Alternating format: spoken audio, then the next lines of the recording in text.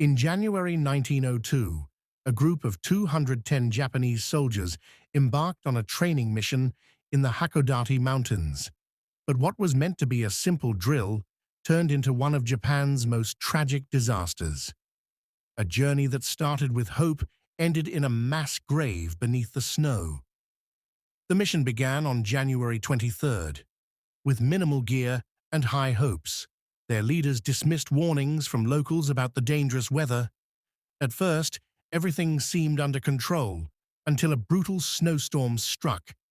Supplies froze, and the soldiers struggled to move.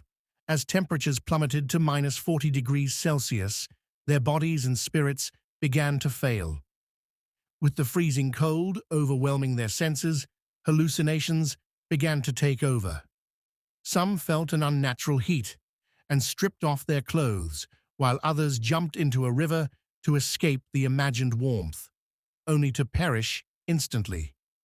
In this white nightmare, the leaders tried desperately to maintain order, but death moved faster than they could.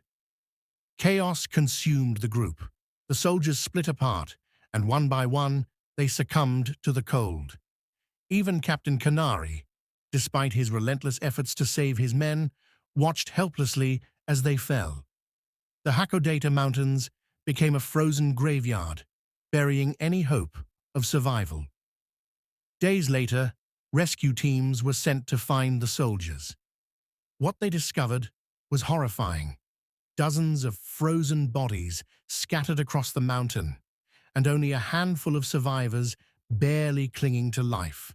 In the end, only 11 soldiers survived the disaster, many of them losing their limbs to the unforgiving frost.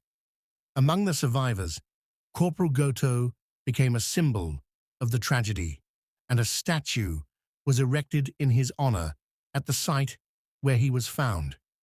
Today, the Hakodate Mountains have transformed from a place of sorrow into a national park, but the stories of those soldiers remain as a haunting reminder of nature's unforgiving power.